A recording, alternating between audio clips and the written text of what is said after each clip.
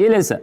وَإِنْ كَانَ مَأْكَلَهُ عِنْدَ الْإِضْطِرَارِ. Ал егер ол мәжбүр жағдайда, мысалы қатты қарны аш, айдалада келе жатыр, өлейін деп жатқан уақытта біреудің малын жеуге мәжбүр болса дейді. Біреудің малы халал ма, харам ба? Харам, біреудің малын жеуге болмайды. Біреудің қойы кетіп бара жатыр, қой халал, бірақ біреудікі болғандығы үшін харам. Оны да алдыңыз, бауызда жеп алдыңыз. Бола ма? Мубах болады. Неге? Өйткені мәжбүрсіз жеуге. Біреудің малын алып жеген кезде ол не болады сізге?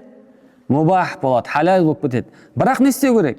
Хақ яджибу алейхи дамануху. Бірақ ол малды орнын өтеп қою міндеттісіз. Кейін жағдайыңыз болып жақсы болғаннан кейін мен сіздің малыңызды жеп қойып едім. Міне ақшасы деп апарып оны өтеп қоюға міндеттісіз. Бірақ жеген уақытта ол сізге харам болды ма? Сізге харам болған жоқ. Неге? Өйткені сіз мәжбүр болдыңыз жеуге деп жатыр машалла. Келесі. Және мынаны мәселені айтып отыр.